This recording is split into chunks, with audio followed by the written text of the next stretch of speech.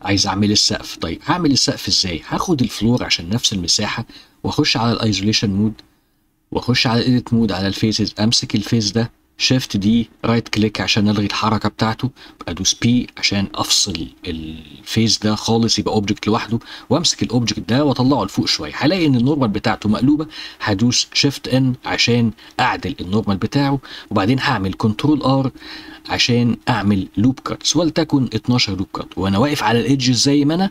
نعمل ايه؟ نعمل كنترول بي عشان خاطر انا عايز اعمل عدد من الايدجز يكون المسافات ما بينهم قريبه من بعض. هنفضل نجرب لغايه لما نوصل للايدجز للمسافات المظبوطه، وامسك كل الايدجز دي واعمل سيلكت شكر دي سيلكت، فبيختار لي واحده ويسيب واحده، واحده ويسيب واحده، وانا واقف عليهم زي ما انا هدوس جي زد وارفعهم لفوق عشان يديني طالع ونازل زي ما احنا شايفين كده.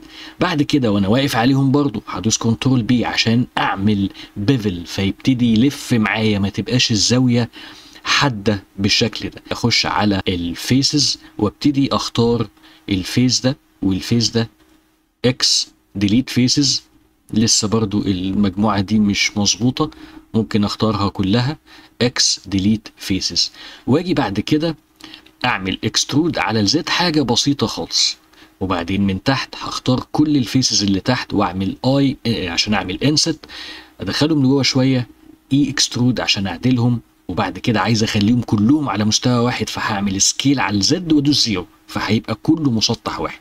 بعد كده هخش على الاوبجكت مود شيد اوتو سموث، كده انا قدرت اعمل السقف بتاعي في التموجات دي، الويف دي اللي شكلها هتبتدي تدي للواتش تاور شكل كويس. ارفعه بقى كده واحطه في المكان بتاعه المظبوط، وعايز بقى دلوقتي امسك السطح ده وابتدي الفه حوالين الواتش تاور. طب هنعمل ده ازاي؟ هنخش على الايديت مود على الفيسز وابتدي ازود عدد اللوب كاتس عندي، كل ما تزود الكاتس كل ما يسمح للسطح ده ان هو يلف. هنشوف ازاي. ممكن نزوده لغايه مثلا 20 كاتس، وبعدين اخش على الاوبجكت مود، هلاقي ان الكرسر هنا موجود في مكان مش في النص بالظبط، فهدوس شيفت اس كرسر تو اوريجين، وبعدين امسك الاوبجكت نفسه واقول له الاوبجكت اوريجين تو ذا كيرسر، فهينزل السطح ده هنا تحت. هدوس شيفت ايه واد امتي السطح نفسه، هبتدي اقاد عليه سمبل ديفورم،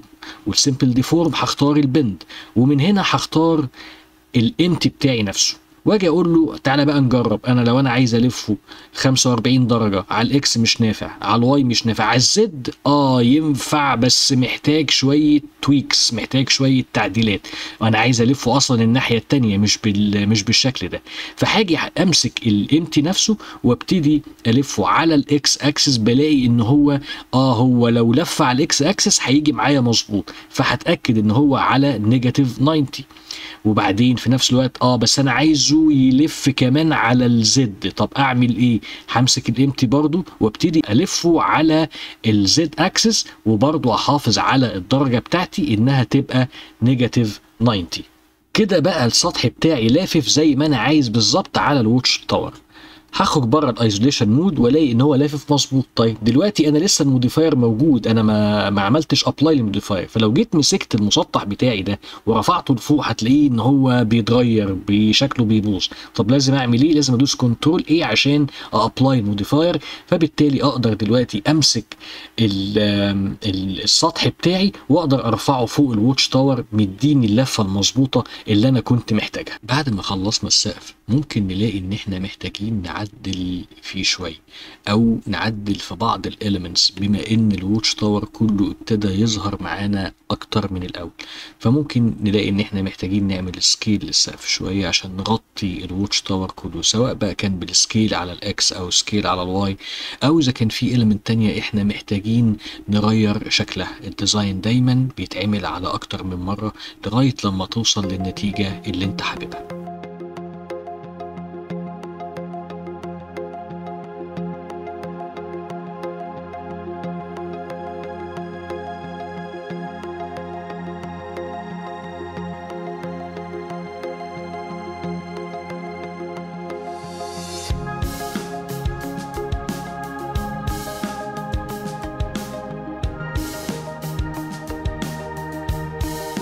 دلوقتي كده انا عايز امسك السقف بتاعي وعايز املى الفجوة اللي هنا دي، عايز اعمل اكسترود من السقف. بخش على الاوفرلايز واخش على الواير فريم عشان خاطر يبان عندي الواير فريم لو انا احتاجته.